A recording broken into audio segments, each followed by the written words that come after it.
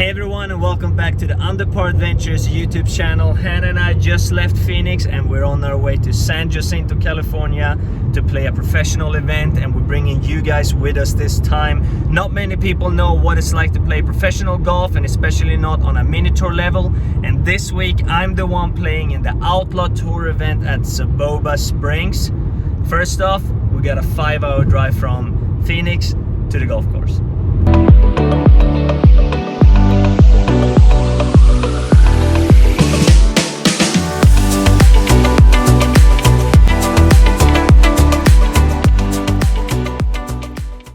As you can tell, the car is fully packed. We even had to pack some of the short game stuff to send out this week because it's a full event. It's a 4-day event. Today we're playing the practice round and then 4 straight tournaments before we're done, and Hannah's gonna be on the back this week.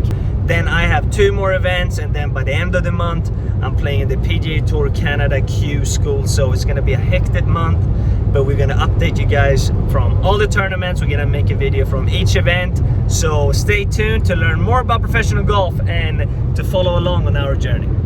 Is this a normal mini tour situation, getting dressed in the parking lot? Yep, this is Pretty standard. tour life.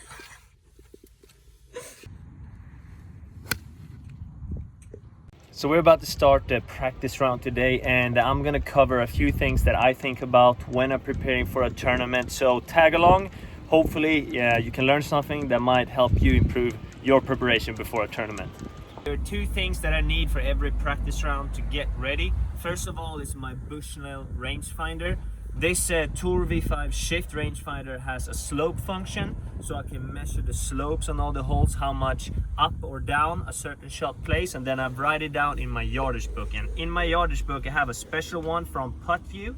It's a yardage book, and it also have green maps, which means that I can see exactly what all the slopes are on the green. This is very beneficial because if I'm not really confident in my read, I can look at this chart here or this map, and I can see exactly where the slope is going. So this is very, very beneficial.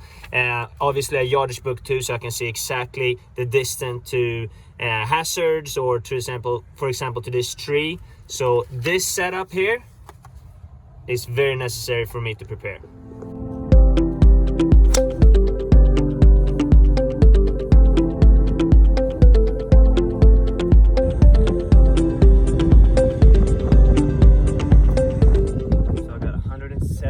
Here, but it plays about 5 up, so I'm gonna write that down in my yardage book, and that's why you need a slope function on your laser in practice rounds. Obviously I can't use that in a tournament, so I write it down so I know before the tournament.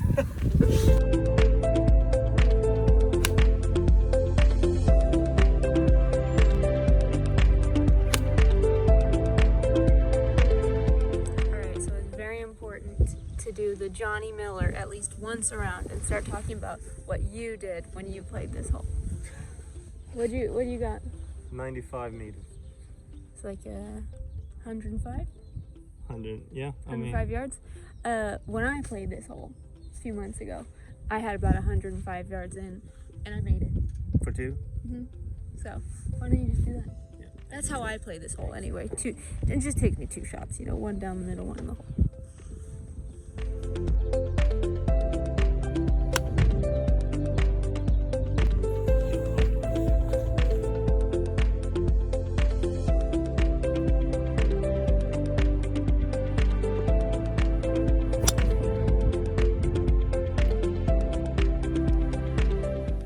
Alright, this is the home for the next 4 days. Holiday Inn Express. Got a good deal, $70 a night. Looks super clean, so we're happy with it.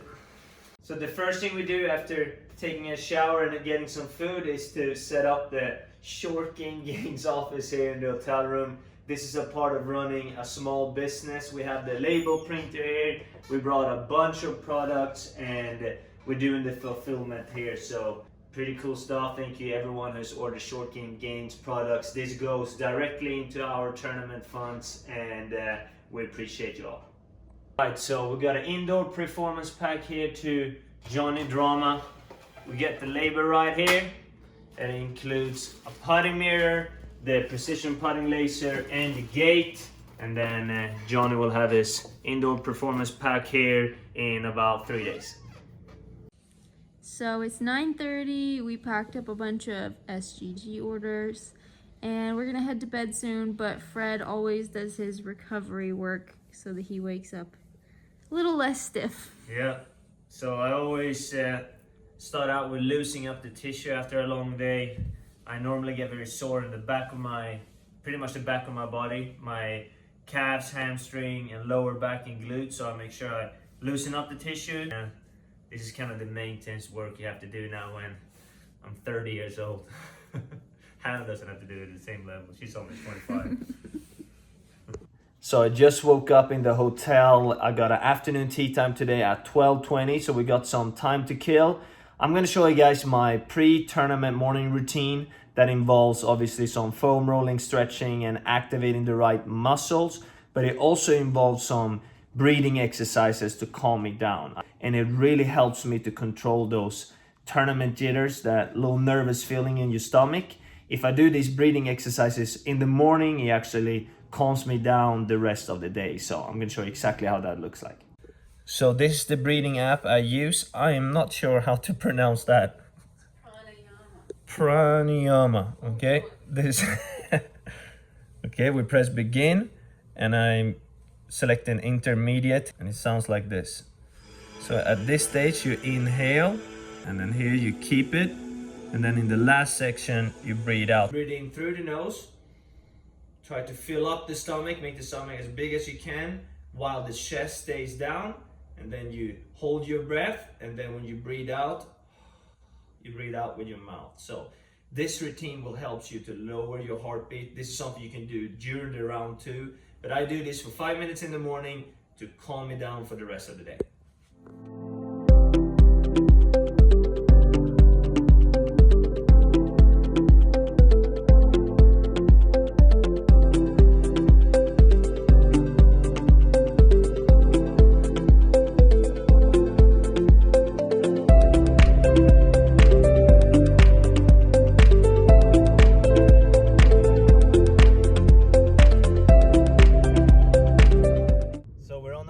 Golf course now for the first round, but first we have to drop off some short game gains orders at the post office, and then we're heading to the course, breakfast, and then we start the warm-up.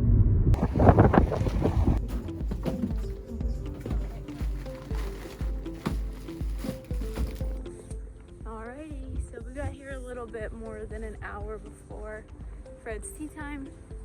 I ordered him some lunch/breakfast because we didn't eat yet today and it's like 11:40 now, so lunch/breakfast, and he's warming up. I'm gonna go meet him on the range, get a quick iron and driver warm up, and then we have to drive over to the short game areas and do all that. So here we go. So on the range warming up before a tournament, I try to hit a bunch of different shots, try to get loosened up and kind of see what shot shapes work the best that day. That can change from day to day, and I always try to finish off hitting this shot I'm gonna hit on the first tee. In this case, a driver. Before a tournament round, I spend a lot of time on the putting green, really trying to dial in the speed of the green. As a professional golfer, you travel all over the country playing on different surfaces pretty much every week, so it's really important to have the speed dialed in. Here I'm using the short game gains ghost hole to create a couple of drills to work on my distance control before the round.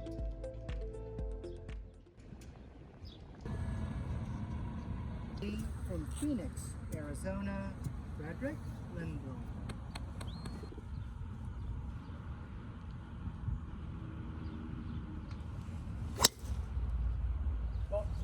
Nice.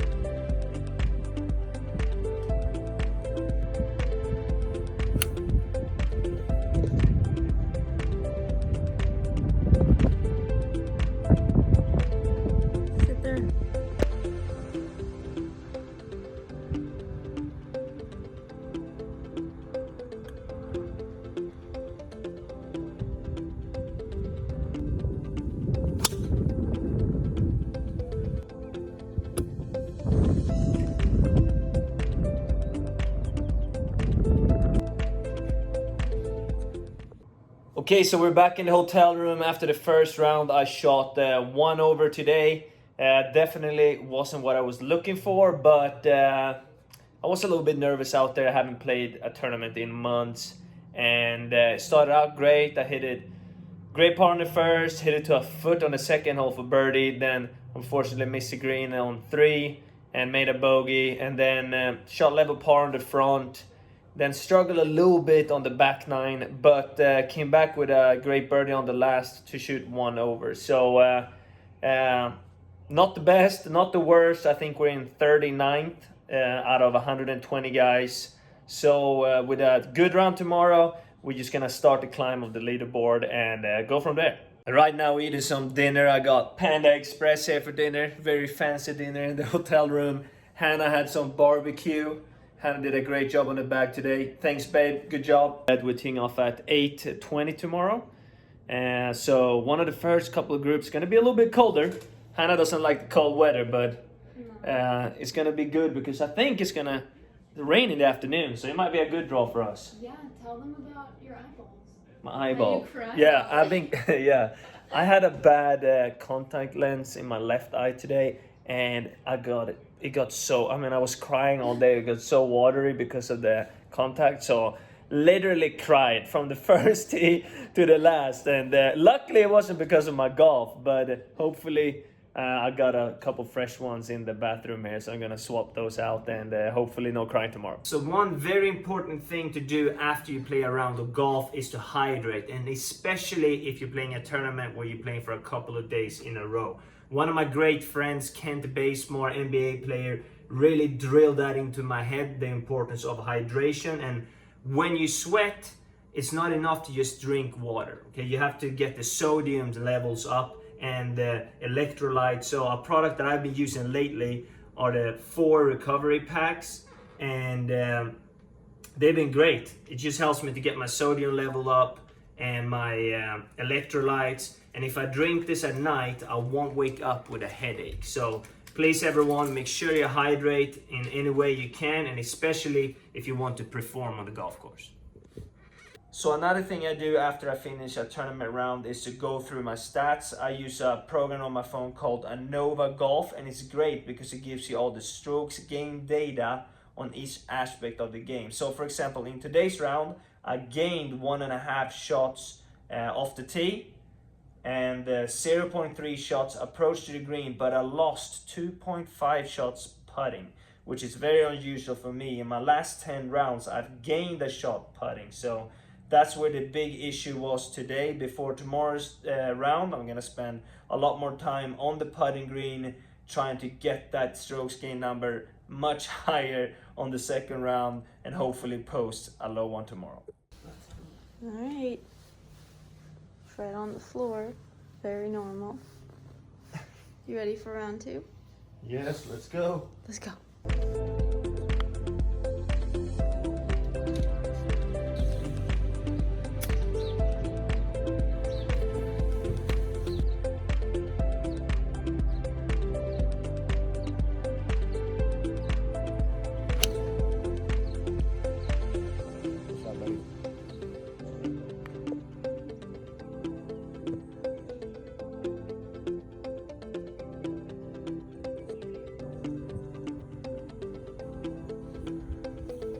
Shot, Fred.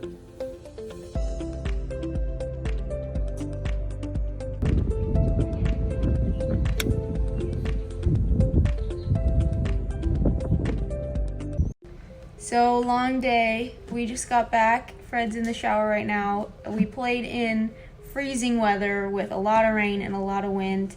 And Fred didn't play his best. We really just had 2 bad holes. And he ended up shooting 4 over for the day. So we're 5 over total. And right now, that's outside the cut line.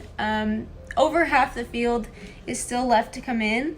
And the weather's only getting worse. So we really don't know what's going to happen. But it's going to be a long few hours of refreshing the leaderboard. So pretty much going to sit around and hope.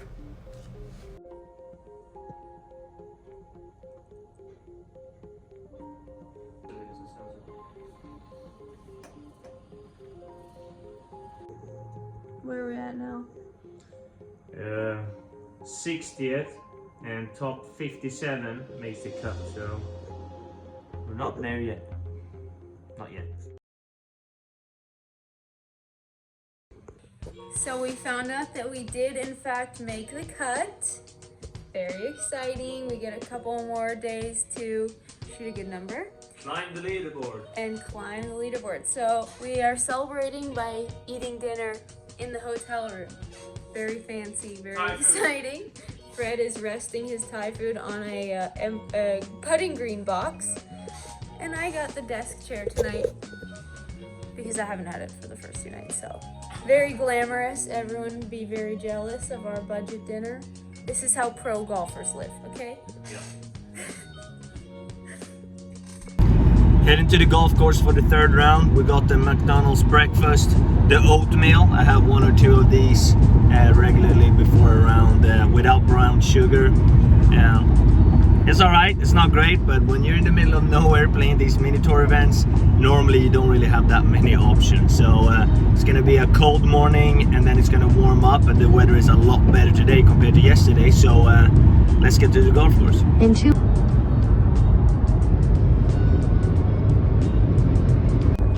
Alright guys, we have to tell you, we have been driving through this complex and it's super weird. Look at this building, it's got like, looks like a castle. Yesterday, we actually Googled this place and listen to this. This is the headquarters of Scientology. And if you don't know what that is, Google it, because it's really, really weird. It's more or less a cult and their headquarters are here. You a little nervous? Yeah, we feel a little bit uncomfortable, They not said gonna that lie. if people try to escape, there's pursuit teams that track them down through these hills. Yeah, so they say that we Google it and there's some information you can find online. And first of all, they treat the people that live here pretty poorly. I think they live off like 75 cents a day. And the wife to the main pastor is a founder. Yeah. No, not the founder, to the main pastor at the moment is kept hostage here, they say. So their documentaries. She got kicked out of the nice house and now she's trapped in some tower here. Yeah, in some tower here. She acted up. So if you search for this on Google or YouTube, you will learn more about it. But it's on the way to the golf course and it's super creepy. And they have a golf course. Turn left. Yeah, they do have some type of golf course, that's true.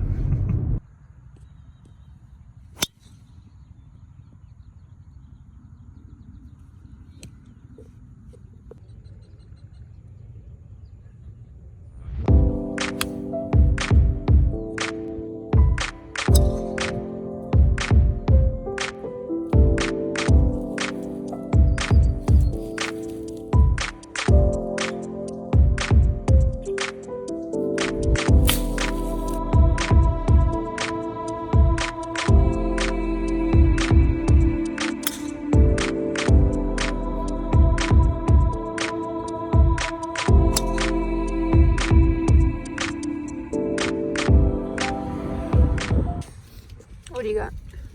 Well, I'm not playing good golf, so we need something here. You look We like need a some- mad scientist right now. Need some birdie juice. Why don't you just put like all 4 of them in? Just Yeah. we gotta get something going. What's it? Triple berry. That no, we don't need any more triples. I'll tell you that. We No. get rid of that one. Just green apple. Green apple. it is. Boom. It I works. used to rain a 35 slider. This thing works. Pound it. Chug the whole thing.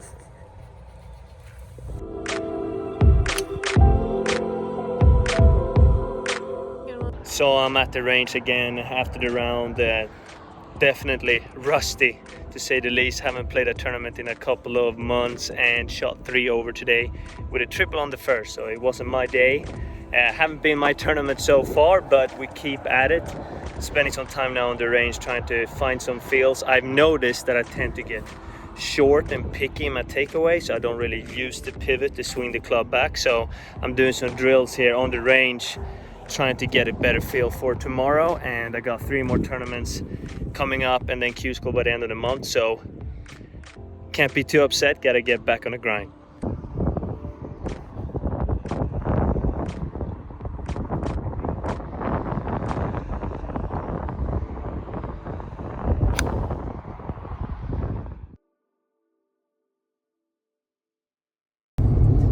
So we're on our way to the golf course for the final round. Obviously, I'm not playing the golf I would like to play or expected to play. Especially yesterday was tough. I really thought I was gonna play a good round and I didn't. We had every break go the wrong way yesterday, and sometimes that happens, and we shot a high score. 3 over. Yesterday was not good. The conditions were a lot easier than the first 2 days, and today it's another beautiful day, so we got to get out there and try to shoot a really low one and get the confidence back up.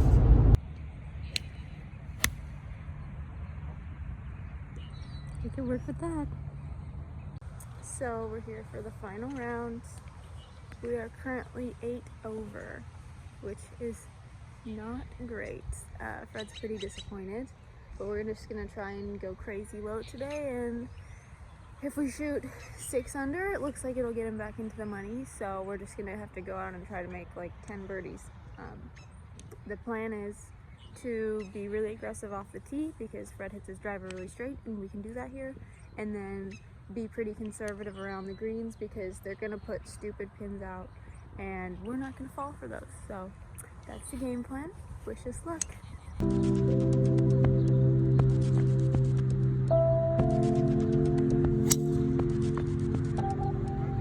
Great start.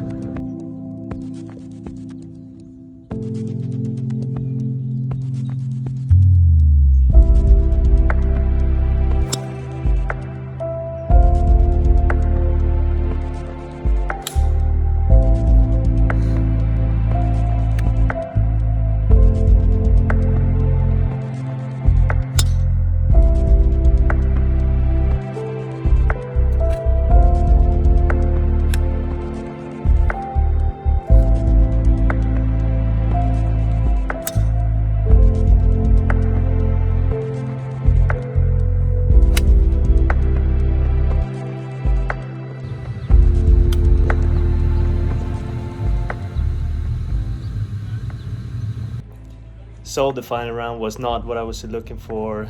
2 over today, and in the end I finished 59th out of 115 guys.